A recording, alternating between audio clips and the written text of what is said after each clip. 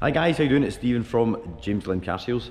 Today we've got a rather refreshing alternative to the usual culprits if you're in the market for a four-wheel drive hot hatch in the form of Mercedes AMG A45.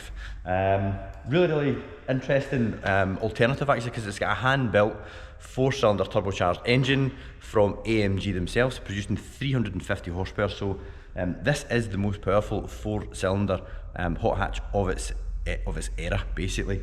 To get more power than this, you need to go to something like an RS3, and in my humble opinion, I think they've aged really well. The fit and finish on the inside of the original A45, in my humble opinion, tears strips off of the new model A35. I've not actually driven an A45 yet, but unless they've changed the interior, which I don't think they will have, I think this generation of Merc really have, it's a kind of high tide mark as far as the build quality goes. They're pretty rare, you don't see many of them on the road as well. This particular car we've sold twice before, so it's well known to us, it's got a full history, it's on 4 owners, it's a completely stock car, so it's got no modifications, not got huge amounts of options, but they do come fairly well kitted out anyway, and it's got quite possibly some of the nicest seats of any hot hatch that you can buy, which we'll show you in a wee second. So without further ado, let's get a look around. But before we start, if you have got something that you're looking to sell that looks like it would fit in with our stock profile, we would love to hear from you. There will be a link just up here to wewon'tbuyanycar.com. That's our own in-house car buying service. So if you've got something sporty, low mileage, full history, in great condition, you can start your valuation now by clicking the link, and we'll come back to you with the valuation. During working hours, it's usually within about an hour or so. If it's late at night, it'll be tomorrow. So let's get a look around. All the cars here at Glen Car Sales are fully detailed, as you can see from this lovely swirl-free finish. Takes a bit of time, but the results do really speak for themselves. They're also put round to an independent workshop. We don't have our own workshop on site here at Glen, so they go round to Turner Autos. We do the basic stuff, renew the MOT, but we also put them through an 82-point inspection, which obviously makes it a much more thorough and comprehensive check than just an MOT, because just in case you didn't know, an MOT is the most basic check that you can do to your car, and it really just basically says that the car is okay today, that's it. So we go a bit more in depth to make sure that the cars are all fit and healthy before we bring them back round to start off with the detailing. So what's the general condition of the car like? We take the camera about a foot away because I dare say, if you were here in person, I don't imagine you'd be taking your own eyes any closer to the bodywork than about a foot away, otherwise you would be getting looked at rather strangely if you're down on your hands and knees with your eyeballs inches away from the front bumper. So the walk round video serves as a sort of simulation had you been here yourself. We've got customers that travel all over, and we want to make sure that there is no surprises to pop out, generally unwanted surprises once you're here in person. So as you can see, front of the car is all nice and clean. That applies to the light lenses, the nose cone, the bonnet, the grille, and the kind of lower area of the front bumper as well. I've been super picky. This gloss black finish down here, that's a little bit peppered, but this is now shocking actually. This is now an 11-year-old car, so I have to say that is well and truly above average condition. So looking down passenger side, looking for any little dents, any little imperfections that you guys need to know about. As I say, if you're travelling a distance, you'd rather find out at this stage. One tiny little stone chip here, I've just noticed we'll have that touched in. Another little one just there. We have done a set of Michelin Pilot Sport 4S, or whatever they are, yeah, Michelin Pilot Sport 4S. So we've done a set of those on the car. We had to re-diamond cut some of the wheels because usual water ingress around, that works its way underneath the diamond cut finish. A lot of people do these just in black, which, yeah, that'll last a bit longer, but I think you really do lose the design of the wheel if you just do them black right to the edge.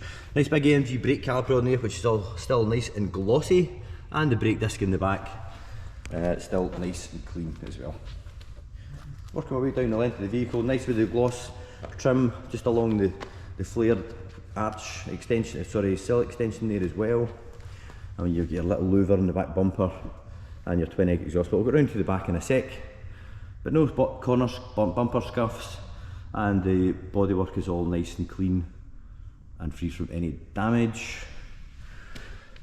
We put new discs and pads on the back when it was getting prepped for sale, and outer wheel, well, I'd like to think it's all free from damage given we've just refurbished it in another Michelin. Have a wee peek over across the interior. Just set that on the windscreen just now. Is that not a lovely seat? It holds you in all the right bits, and having a full one-piece backrest with the integrated headrest. I think these are just, I mean, I think they were quite ahead of their time, to be honest. They still look great even now. I'll just turn that stereo off. And you've got a little cool shifter there for the dual clutch gearbox. Leather effects, not real leather, it's just leather effect. Carbon effect trim, really nice, and I love these. I love the red insets round about the vents. It ties in with the red piping and also the red stitching on the seats. AMG mats, these light up. AMG entry plates, red stitch carried over onto door cards. I think a wee bit of Alcantara on there as well. Going across back bench, just make sure that there's no marks, stains, dents or anything from kiddies' baby seats on the back. Bench, mats in the back are all nice and clean. A wee bit of ambient interiors. So this was pre-ambient lighting, so we've just got interior lighting. Oh how 2013, but how good do these seats look? It's something you'd expect to see. I mean, if they were in a £80,000 modern high performance car now, you would not feel hard done to. Roof and everything's all in good condition as well. This is an area of the car that people generally don't look at, but you never know. A golf ball or something may have dropped on it, so it's worth having a wee peek on the roof. Moving out to the rear, pretty discreet, couple of pipes either side. This one does not have the aero kit. We've actually sold it twice because it didn't have the aero kit, and the customers wanted something a little bit more low-key. However, we have priced a rear spoiler, and you can get them from Max and Designs for about £160. So if you do fancy making it look a little bit more leery, don't let the fact that the car doesn't have an aero kit put you off. It's not expensive, and it's something, if you are happy to buy the aero kit, we'll fit it for you. Absolutely no problem.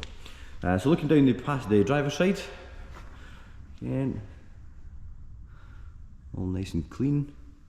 A nice big feature line just coming up, working its way up from the front of the back door right up onto the quarter. Really, really nice design. Obviously it's going to be new discs because you replace them in pairs, and the wheel all in good condition. Michelin Pilot Sport 4S, because we don't fit chunky tyres here at James Glen. Never will a car leave here on an off-brand tyre. We don't fit them to our own, so we don't expect our customers to be driving about with them. Back bench and everything all in good shape from this side as well. Red seat belts are a nice touch. I'll just take a wee wander down to the final corner. Just take in the driver's side from the front, and as we can see, it's all nice and clean. One last look at the front bumper. Oh, good, tiny little map just here. And the last wheel, all nice and clean, big disc, lots of life left in it, and the calipers all nice and bright red as well.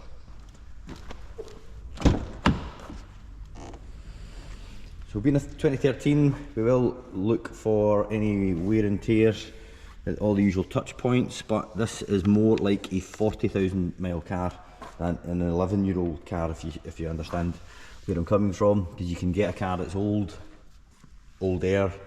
but still looks like it's had a fair bit of use getting in and out. But I have to say, this is more like a car that's done low mileage. As you can see, the seats are absolutely identical, and there's no wear on the door card or on the outer edge of the driver's seat. Just pop that bonnet just now because it's easier to do while I'm sitting in the car. Because for whatever reason, Merc bonnet catches are always at a really odd angle. Right, let's hop in. Foot in the brake, give it a start. So when you come up, my ask is to check the tyre pressures on one of the tyres because we've just fitted new tyres to it. So we've got DAB, digital radio, navigation, heated seats, dual zone climate control. What else do we have? Cruise control. You have different drive modes as well, which shuffle between sport, comfort and manual. So put it into sport, we'll give it a little rev for you. Bear in mind the car is cold, so we'll not be revving it too hard. Oops. I always think these engines sound really, without sounding cheesy, they do sound hand-built. They've got a really nice clean, it's almost like a kind of Caterham noise to it. So you can tell it's got like an equal length manifold or something on it. It's got a really nice noise that's unique to an A45. You hear it popping and banging just a little bit there. As I say, if it was warmer we would give it a bit more of a rev, but I'm all for a bit of mechanical sympathy. But a really nice cabin, nice and that. Got a little bit of ambient lighting just underneath the rear head restraints there. Nice to see. The fit and finish of these, the inside of any Merc of this age, I think is of a exceptional quality personally. You guys can let me know what year of Merc do you think, obviously excluding the old 80s and the 90s cars that just seem to go on forever. Of the more modern Mercs, what year would you say Mercs were best built? So looking over the engine bay, we can see it's all nice and clean. Nice big turbocharger strapped to the front of the engine that was hand built by Ricardo Wells. If I'm pronouncing your name, Ricardo. Hopefully I'm pronouncing that correctly. But we can see it's all nice and clean. And as I mentioned earlier, this is a completely standard car, unmodified.